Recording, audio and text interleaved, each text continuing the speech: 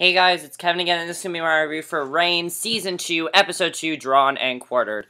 If you guys have not seen my last video, I am binging the first 6 episodes of Reign, because I do want to watch this show.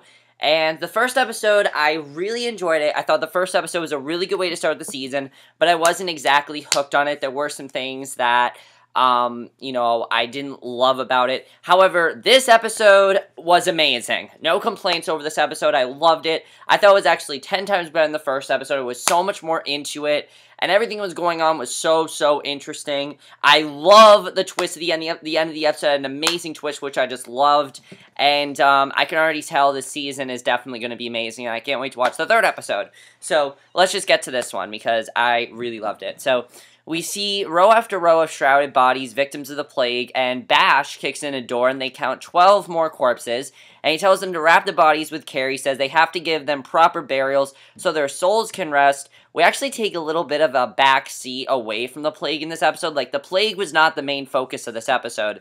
The main focus of this episode is our new villain, Narcisse, Edard Narcisse. That's kind of like our main thing here. Well, there is something else that goes on.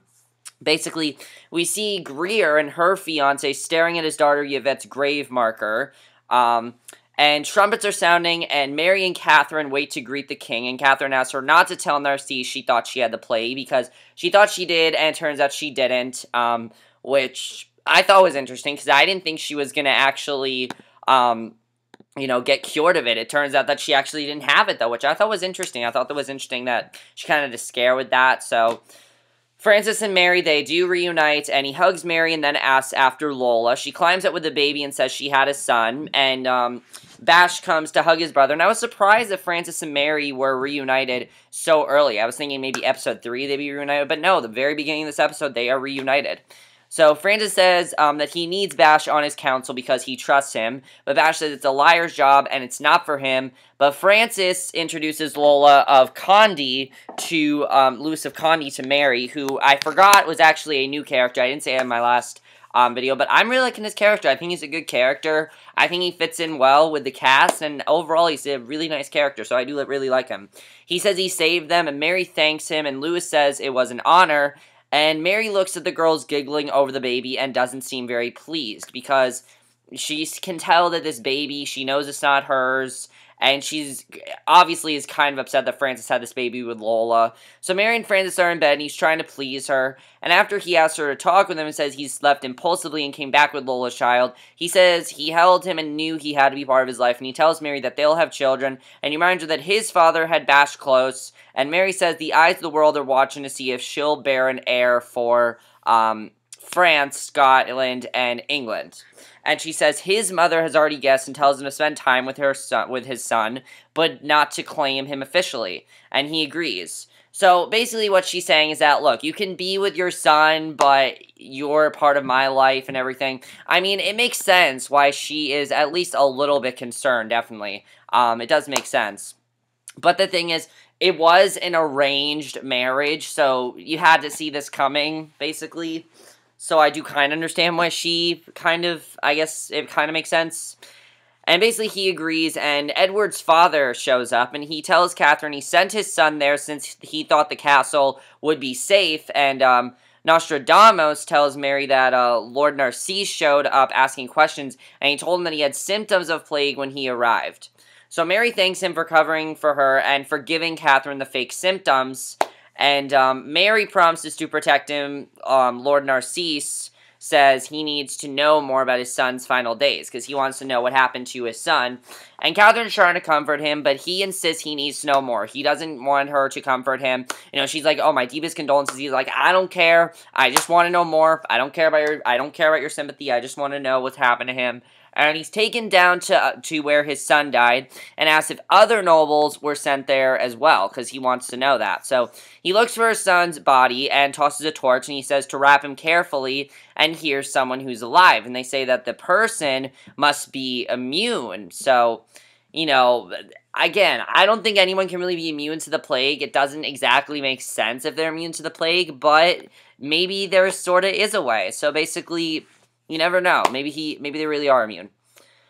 So basically, Mary thanks him for, covering for her, and for, oh, I already read this. Okay, basically, he asks if other nobles were sent there, and he looks for his son's body, tosses a torch, and Lord Narcisse asks if he saw that his son die, and he says he'll get him food and water, and then he wants to know what happened to his son, and they hold a dance to celebrate Francis' safe return, because they know he's okay. Plus, everyone was very concerned about Francis in the first episode, and now they know he's safe, they're obviously going to have, like, a party for him, and Catherine promises an even bigger event for his coronation, because they're not officially the king and queen till it's their coronation, which is the next episode, which I'm really looking forward to, definitely, because I think that's going to be a very good episode, and Catherine sees Narcisse and wonders why he's back, with more nobles, and the man addresses Francis, and he says they will need to pull together after plague, and Narcisse says he would come seeking justice from him. He says his son Edward was murdered while the king was away, and he accuses Nostradamus of making a false diagnosis and condemning him to death.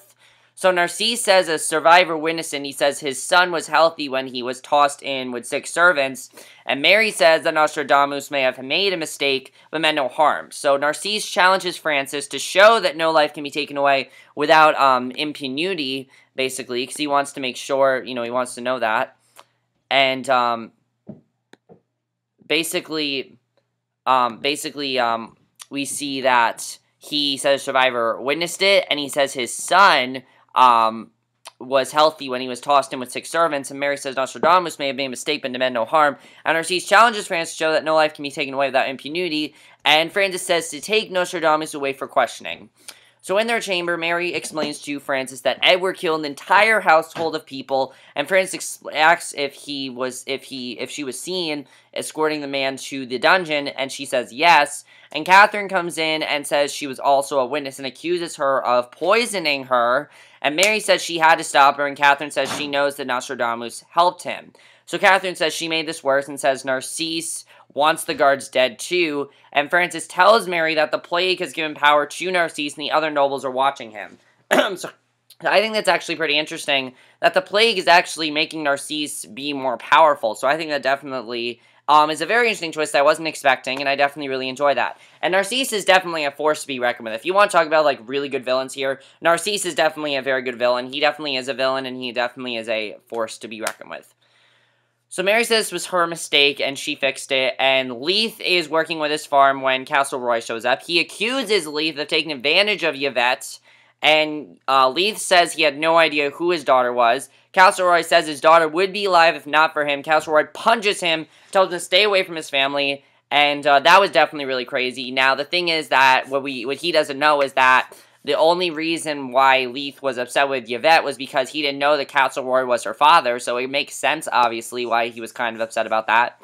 So Mary comes to see Narcisse and says they need to settle this matter privately. He says he knows she's responsible, but is nearly untouchable as queen, and he says he can reach those who lied to her. She says Edward asked her to murder for her, and when he refused, he poisoned an entire household, and she says she let her anger get the best of her. And Narcisse says he was his son, and says she was to marry a duchess with land. She asks if he was following his orders, and she says he told her he was already murdered, and he asks why he really wanted Volan dead. And Narcisse snaps. He says he doesn't fear her or Francis. He says without them, they have no power. He says they're the outside world and surround them. He says he and the other nobles have decided an example must be sent. He says her guards and Nostradamus will be drawn and quartered, which is why this episode is called Drawn and Quartered. And she says that's horrific, and he says it will be a lesson to her to never cross him again. Mary tells Francis what he said, and he says Catherine has been trying to get Nostradamus free. He asks why she didn't wait, and tells her she was reckless. So she does remind him that he murdered an entire family, and he says it was his decision that she made alone. She says he abandoned her knowingly and left her alone because of her mistakes, and she asks why he had to sleep with one of her ladies, her closest, and I agree with what she's saying here. She's kind of mad at Francis because of this. She asks why he had to sleep with one of her ladies, her closest friends, because, those are her ladies in waiting, the ones that are always her friends, her closest friends, and she says if he bows to Narcisse now, he'll always have to. She asks what kind of king he has to be. And I do agree with what she is saying to Francis, definitely, with that. She is kind of upset about what he did with Lola, because he left her alone and he slept with one of her ladies. I mean, I don't think Mary would be as upset if it was, say, some random girl that she didn't know. because again, it's an arranged marriage, okay? Things work differently back then. It's not cheating because things work differently. So I understand why Mary's upset, but in the same time, she's upset the most because it was Lola, who's one of her best friends, and she's kind of upset about that.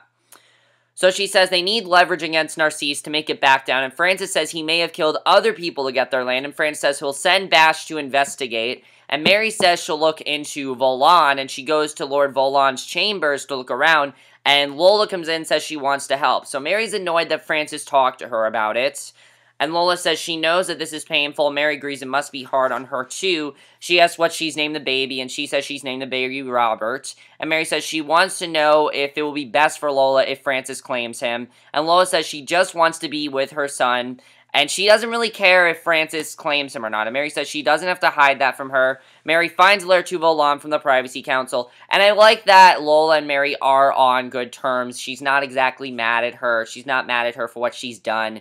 You know, even though it's really Francis's fault that this has happened, and she's not mad at Lola, they're still very good friends, and I definitely do like that. So, basically, we find out that Volan was trying to see the king before he died, and Mary asked Lola to find out what Volan wanted to tell Francis in his final hours, because that's very important. They need to know what it was. So, Leith finds Greer in his house and asks what she wants. She says she didn't mean to betray him to Castleroy, and says she spoke in anger. She says she acted jealous and tried to cover with Castleroy by telling him what he said about social climbing. And Greer says she wishes she could turn back time. She says she's sorry and hopes one day she won't regret that she loved him. She goes to leave and tells him not to blame himself from Yvette's death. Speaking of Greer, she looks very much like Cersei from Game of Thrones. She's nothing like Cersei, but I'm just saying, why does she look like Cersei? I'm just saying. I mean, this show is basically like kind of like Game of Thrones for like 22 episodes. However, it's different from Game of Thrones. I'm just saying, I'm probably going to compare the show to Game of Thrones a lot just because it reminds me of it. Game of Thrones is still better, but I still really do love the show. So basically, Bash goes to talk to someone in a village who confirms that Narcisse murdered, and he says there were corpses mixed in with the plague victims. He says every plague justice suffers and dies. And Bash sees a woman in the cemetery, and she says she heard the nobles lock themselves in with cakes and fine wine while they had to watch their loved ones rot and die. She says it's hard enough to get spirits to leave. She says the spirits are there and the doors will stay open, and the spirits will get them. She says there will be a reckoning, and that's really crazy what's going to happen there. Obviously, that makes Bash very worried, and he basically says to Mary and Francis that he thinks more than Narcisse are using the plague to kill indiscriminately. And Lola shows up and says Volan gave confession before he died to Father Lucien, and she and Lola head out to find the priest, because obviously what Lola needed to do was find out what Volan was going to say to Francis in his dying words. And basically, Bash says they need Nostradamus alive, and he says he knows Francis isn't a believer, but says he has heard the dead is still with them, because, you know, there is that whole ghost part of the show still going on. Which I think is definitely very interesting. That's actually something I complained about last year. I don't know why, but I think it's actually pretty cool if they do that. So, Bash says the dead and injustice left a door open between the worlds, and Bash says if they stay, it can be a problem. He says the dead want the truth revealed, and Francis goes to see Catherine, and they stand at Henry's tomb, and she asks if he plans to claim Lola's child, and he says he hasn't decided yet. And she says if he doesn't claim him, there will always be a distance between them. She says he may never be king, but it could be a true son to him, perhaps his only child.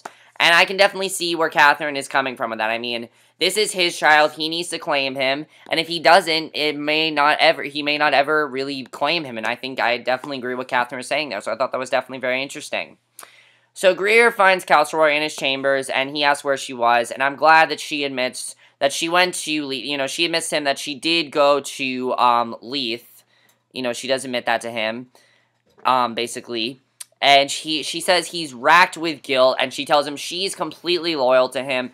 She says Leith made the vow to social climb in anger. She reminds him that she chose him, and he chose her, knowing that she had loved another, and he says he has to leave her for a long time to take care of business. And that definitely is very interesting. What happened there. I mean, that's really interesting, definitely. I'm just looking up something. Hang on one second, guys. I'm just checking something. Okay. So, basically, he says he has to leave for a long time, take care of business. She asks if he'll be back, and he says he doesn't know. So, Mary, of course, need to track down that priest, and she tracked down the priest, and the priest tells Mary he's scared of Narcisse, and he says Voland and Narcisse were symphoning money from church, Tithys, and Cardinal Morsini caught them at it, and Mary says he must testify to this. He says he can't repeat it, and says Narcisse's people will kill him. He says the evidence doesn't exist because it was given in confession, and Narcisse comes and tells Francis that he may not be like him, but he needs him. He says he kept his father afloat when he bankrupted France in wars, and Louis comes to tell Francis that Narcisse is a man who steals from the innocent and murders. He says it may be time to shift the power away from the nobles and back to the king. He tells Francis that when the men are outside at dawn, being put to death, it will decide what kind of king he's to be. So I think that definitely is very interesting, what's going on there, because Francis needs to decide what kind of king he needs to be. He needs to decide if he wants to be a good king, because, I mean, I think overall Francis is a good king so far, but he needs to decide, you know, what does he really want to do while he's king. So next morning, Nostradamus is tied up to be drawn and quartered, which basically is a rope tied to each limb until he's split in four. That's what that means. So that's really crazy, definitely. I mean, it's actually crazy that they did stuff like that back then. So Mary comes out and orders the execution, stops because she doesn't want Nostradamus to die.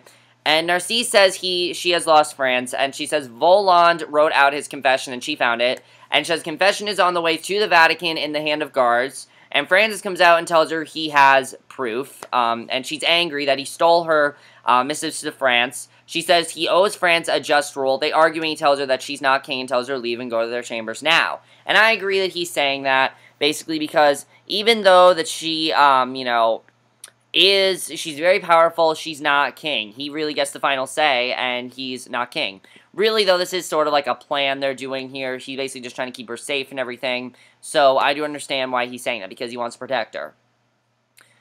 So, basically, he tells her to leave. Narcisse says he thought he should have married a rich but commoner, and Francis orders him to free the guards as a favor to them. He says to manage them, and he'll manage his wife. He tells him no more bloodshed, and Narcisse demands land as satisfaction for his son's loss. Francis tosses the confessional notes into the fire. He comes to tell Mary that their ruse works and says the guards and Nostradamus are free, and she's very happy about this because that's what she wanted, that the guards and her and Nostradamus were free. And he says he had to give him some land, and they have a nice hug and everything, and that was sweet. So we see Narcisse roll onto Leith's property with a smile. He asks who he is and says Francis gave it to him. So Leith asks why he would take the land away from him, and Narcisse says he can ask the king himself since he's demanded to show up at court.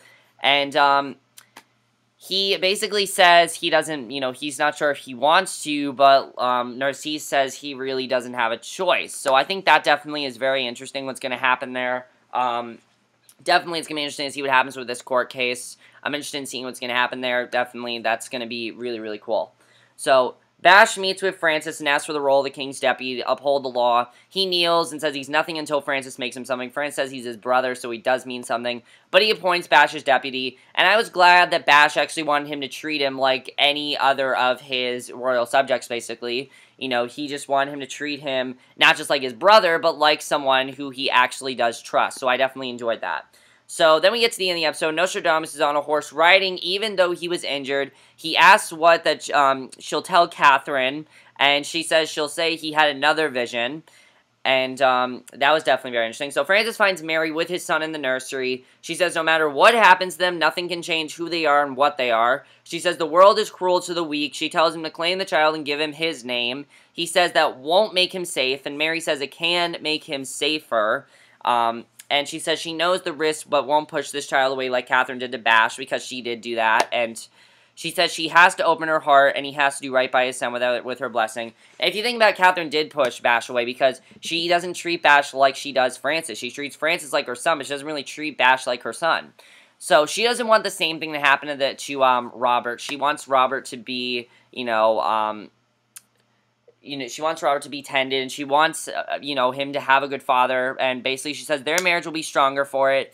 So, basically, he's gonna claim his son. So she leaves him with his son, and it's very sweet and everything. You think this is gonna be a very sweet scene. He picks up the boy and cuddles him, and the nurse comes in, and he asks to be shown how to hold him properly, and she demonstrates, and then all of a sudden, her voice gets, like, really deep, and she's like, I remember holding you in your arms when he was this little. And Francis is like, I beg your pardon? What are you talking about? So she says, when she gave him life, she thought it was the best thing she ever did. He asks who she's talking to, and the nurse asks, doesn't he recognize his own father? And she pulls an evil face, calls him usurper. Then she snaps out of it and doesn't remember what she was saying.